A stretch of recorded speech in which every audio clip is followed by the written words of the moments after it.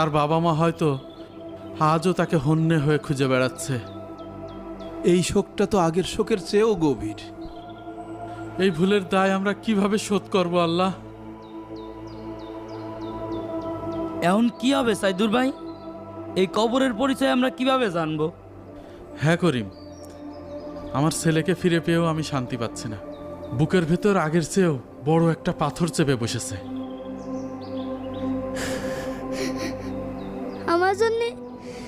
আমার জন্য আজ এই অবস্থা। না বাবা, নিজের উপরে দোষ নিও না। তাহলে আমরা এখন কি করব ইদ্রিস ভাই? এই অচেনা কবরের কি হবে? আল্লাহ তোমাদের কাছ থেকে এক সন্তানকে কেড়ে নিয়েছিলেন, আবার তাকে এই অলৌকিকভাবে ফেরত দিয়েছেন। কিন্তু এই কবরে যে আছে তার কি হবে? হয়তো আল্লাহ তাআলা এই কবরের দায়িত্বটাও তোমাদেরকেই দিতে চান।